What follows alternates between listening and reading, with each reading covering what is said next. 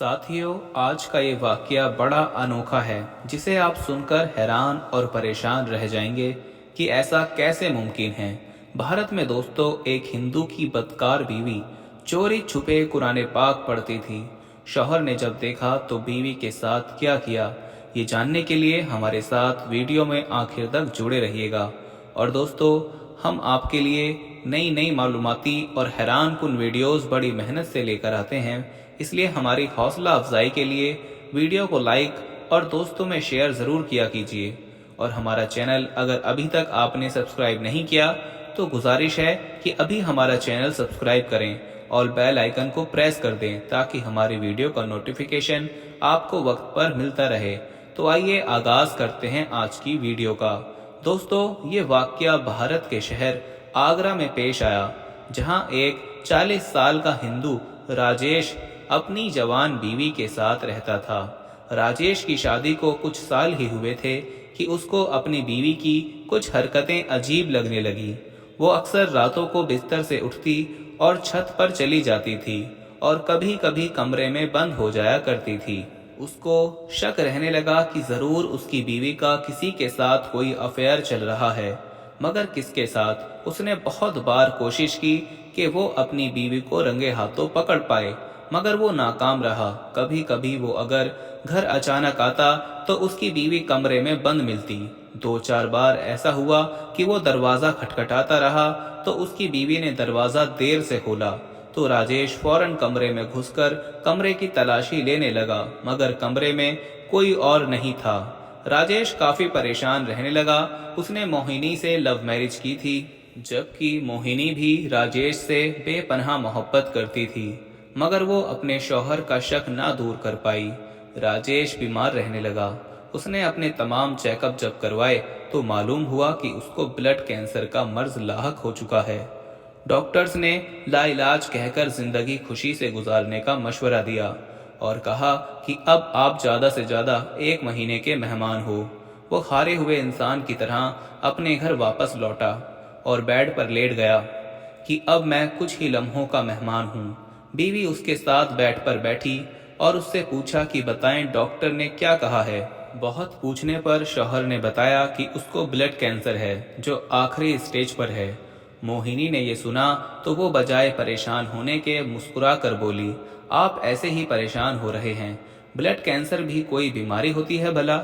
मैं आपको एक ऐसी चीज़ पिला सकती हूँ जिसके पीने से आप मुकम्मल तौर पर सेहतयाब हो सकते हैं, लेकिन मेरे साथ एक वादा करना होगा। आप जब भी सेहतयाब होंगे तो जो मैं कहूँगी वो आपको करना पड़ेगा, चाहे आपकी रजा हो या ना हो। बोलें, आप तैयार हैं? शौहर हैरान हुआ कि जिस बीमारी का इलाज दुनिया के किसी डॉक्टर के पास नहीं, इसका इलाज मेरी इस बदकार बीवी के पास है। वाह, इसके हाथ कौन सा अलादीन का चिराग लग गया। शौहर ने ना चाहते हुए भी वादा कर लिया। बीवी ने कहा कि ठीक है, आप यहीं ठहरें, मैं अभी आई। कुछ लम्हे बाद उसकी बीवी आई तो उसके साथ एक जग था। उसने कुर्सी पर बैठकर शौहर को कहा कि अब जब आपको प्यास लगे आपने यही पानी पीना है, दूसरा कोई भी पानी नहीं पीना। इसके बाद दोस्तों, वो शख्स जब भी प्यास महसूस करता तो उसी जग से पानी पीता और मोहिनी रोज उस जग में पानी डालकर भरा रखती।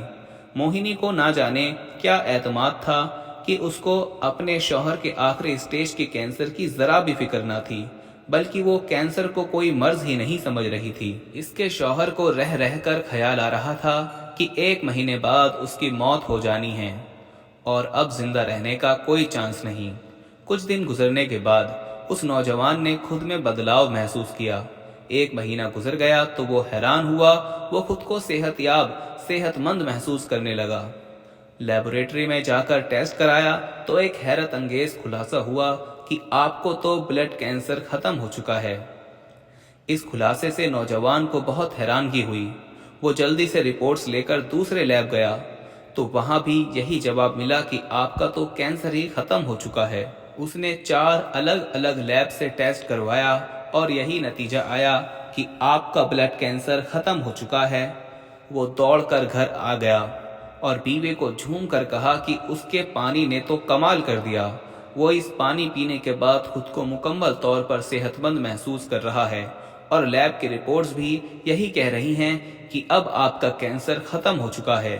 اگلے روز بیوی نے میاں کو وعدہ یاد دلایا تو شوہر نے پوچھا کہ بالکل، میں ہر وعدہ پورا کروں گا، تم بس ایک بار بتاؤ کیا ہے۔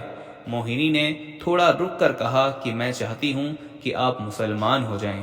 بیوی نے جب کہا تو شوہر کو بجلی کا جھٹکا لگا۔ تمہارا دماغ تو ٹھیک ہے، تم نے یہ لفظ کیسے بولا؟ تمہاری ہمت بھی کیسے ہوئی مجھے مسلمان بنانے کی؟ کیا تم مسلمان ہو؟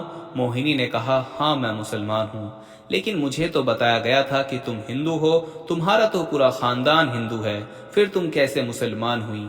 راجیش غصے سے چلانے لگا۔ موہنی نے اس سے کہا کہ آپ پہلے اپنا وعدہ پورا کریں۔ آپ کو یاد ہے آپ نے پانی پینے سے پہلے مجھ سے وعدہ کیا تھا کہ جو تم کہو گی میں وہی کروں گا۔ اب آپ کو اپنا وعدہ پورا کرنا ہے کیونکہ آپ کو زندگی دوبارہ بخشی گئی ہے۔ آپ وعدہ پورا کریں گے تو میں سب بتا دوں گی، ورنہ نہیں بتا سکتی۔ راجیش نے کچھ دیر سوچا اور کہا، ٹھیک ہے، میں مسلمان ہونے کو تیار ہوں۔ اس کے بعد شوہر نے غسل کیا، بیوی نے پاس بٹھایا اور اسے کلمہ پڑھایا۔ راجیش نے اسلام قبول کیا تو موہنی نے کہا، اب میں آپ کو بتاتی ہوں کہ میں مسلمان کیسے ہوئی۔ جب میں چھوٹی تھی اور اسکول جایا کرتی تھی تو اس وقت میری ایک کلاس میٹ تھی، وہ مسلمان تھی اور ہم دونوں میں دوستی بہت گہری تھی۔ اسکول کے بعد میں اس کے گھر جاتی تھی، دونوں مل کر اسکول کا کام کرتے تھے۔ وہ روزانہ قرآن پاک کی تلاوت کرتی تو میں بھی پاس بیٹھ جاتی۔ قرآن آہستہ آہستہ میرے دل میں اترنے لگا۔ یوں ایک دن دل میں قرآن ایسا اترا کہ میں 15 سال کی عمر میں چوری چھپے مسلمان ہو گئی۔ میں مسلمان ہو کر خود کے اندر سکون محسوس کرنے لگی۔ قرآن پڑھے بنا چین نہیں آتا تھا۔ آپ کے ساتھ شادی ہوئی تو یہاں بھی چوری سے قرآن پڑھتی رہی، جس کی وجہ سے میں جانتی ہوں کہ آپ نے میرے کردار پر بھی شک کیا، لیکن میں آپ کو بتاتے ہوئے ڈرتی تھی۔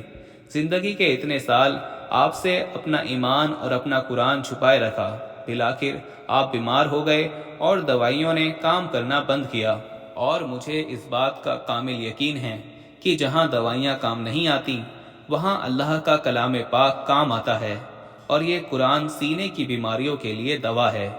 یہی اللہ تعالیٰ نے فرمایا ہے، جب آپ اپنی زندگی سے نا امید ہوئے اور خود کو مرنے کے قریب پایا تو میں نے قرآن کی یہی آیت پڑھ پڑھ کر پانی پر دم کیا، اور دیکھ لیجئے اللہ پاک نے آپ کو نئی زندگی عطا کی۔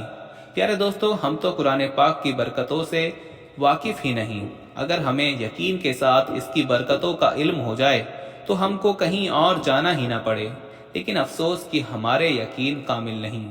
اللہ تعالیٰ سے دعا ہے کہ اللہ پاک ہمیں کامل یقین عطا فرمائے اور ہمارا خاتمہ ایمان پر کرے۔ آمین ثم آمین۔